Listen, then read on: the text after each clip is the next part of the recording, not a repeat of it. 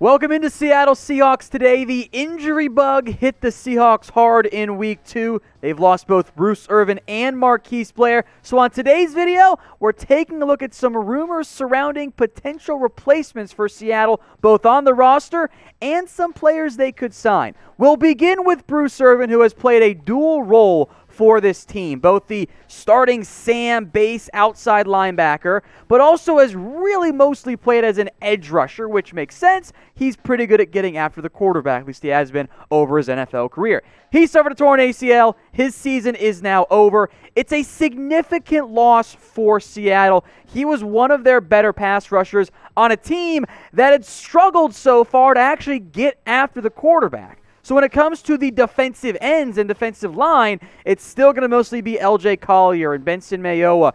Rasheem Green has been a bit banged up. Demontre Moore has been playing. Alton Robinson has been inactive as of late. He might be active, though, in Week 3.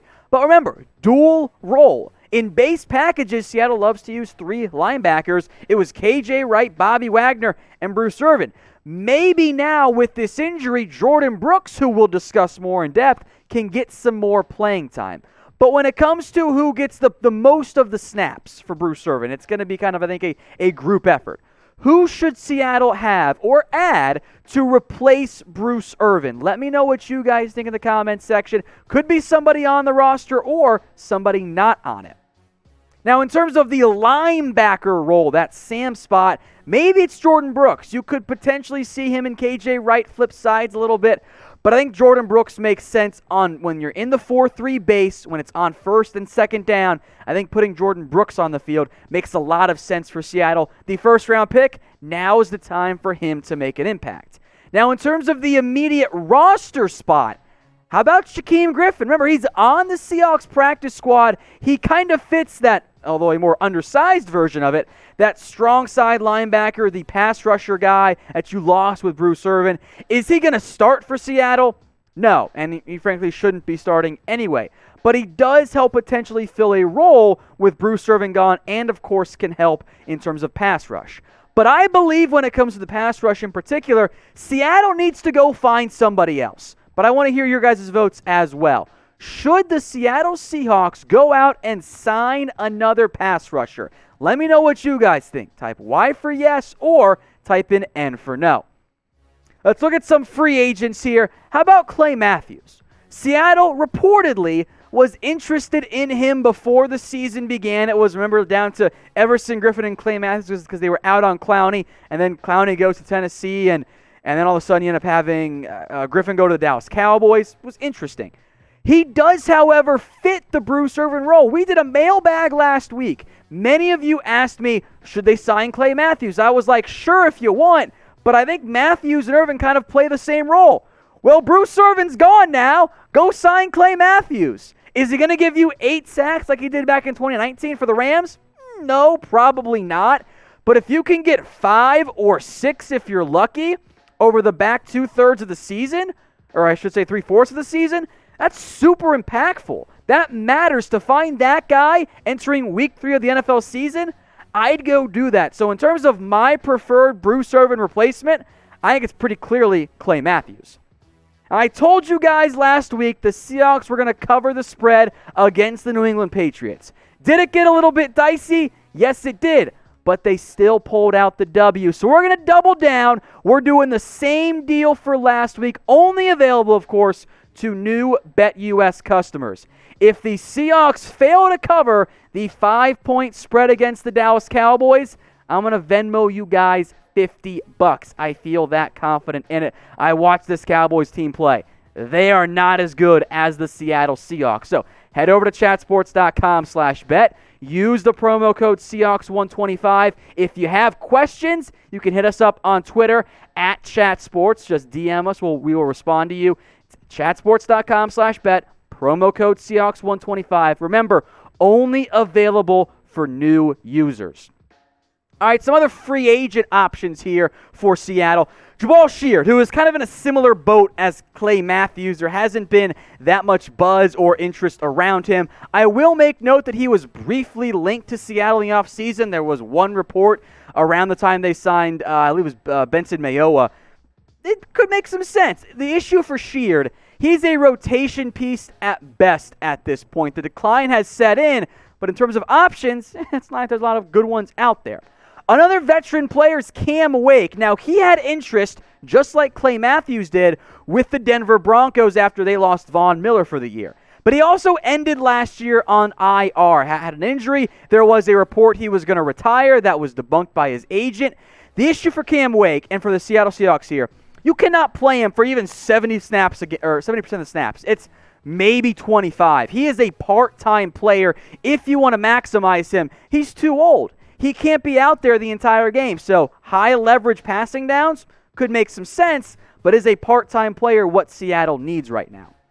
We're going to get into Marquise Blair and some potential replacements there in just a second. Before we do, though, which player's injury is the bigger loss for the Seattle Seahawks? This will be the pinned comment on today's video, so if you get the ad break, scroll on down and get your votes in here. Type BI for Bruce Irvin or MB for Marquise Blair.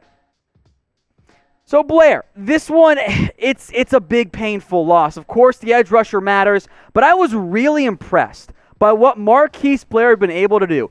Going from a safety for the most part in college to having never played nickel corner before and earning and winning that starting job. And honestly, I thought doing a pretty decent job before that unfortunate injury where KJ Wright kind of took him out late and low.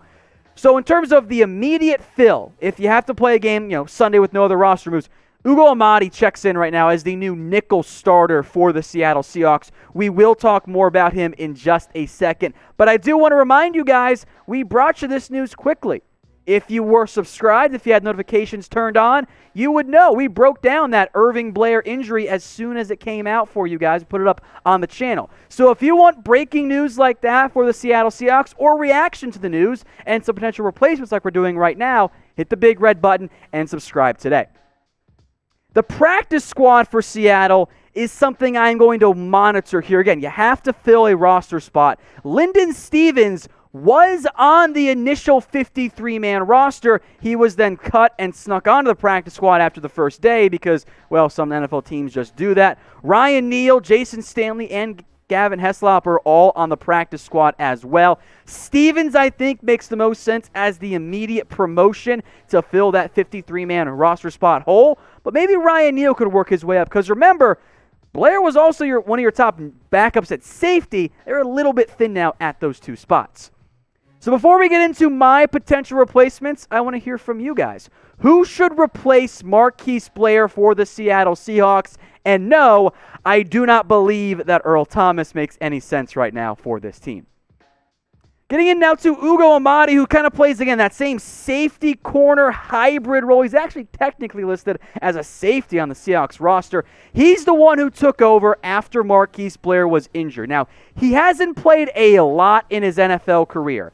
But if they're not going to go out and sign somebody, because as you'll see, not a lot of great options out there on the free agent market, Amadi makes the most sense. And he wasn't bad by any means against the New England Patriots. Had 8 tackles, a tackle for loss, by the way, was targeted 6 times for 5 yards, or caught 5 of them, I should say, opposing receivers did. Had 32 yards as a result. That's not bad from a nickel corner. That's not the reason why the Seahawks gave up all those yards through the air against the New England Patriots. I liked Amadi coming out. I am nervous about this.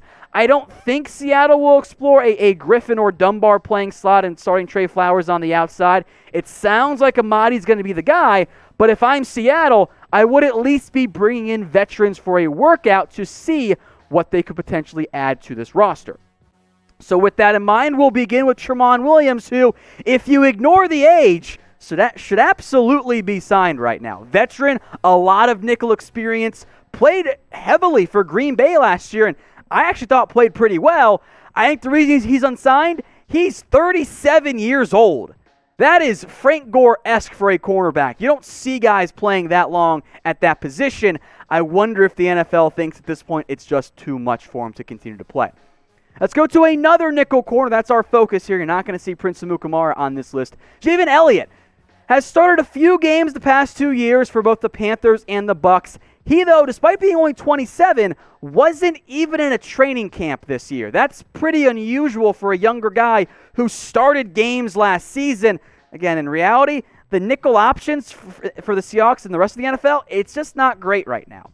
But there is one player who does have some familiarity with this organization. That is Tramaine Brock, who was briefly with the Seahawks back in 2017, was supposed to play a role for them after some off-the-field incidences. He signed in August, and less than a month later had been traded to the Minnesota Vikings. And truly, to be honest, since then, Brock's never been the guy he was when he was a starting caliber cornerback for the San Francisco 49ers. He has bounced around a ton in the NFL since then.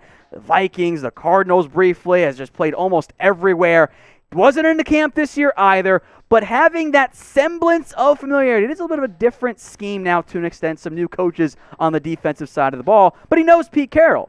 And as long as Carroll and Brock get along, that could make sense for Seattle, because at this point in the season, you're trying to get somebody in sooner rather than later, and that familiarity could be enough if they want to go out and sign a veteran corner.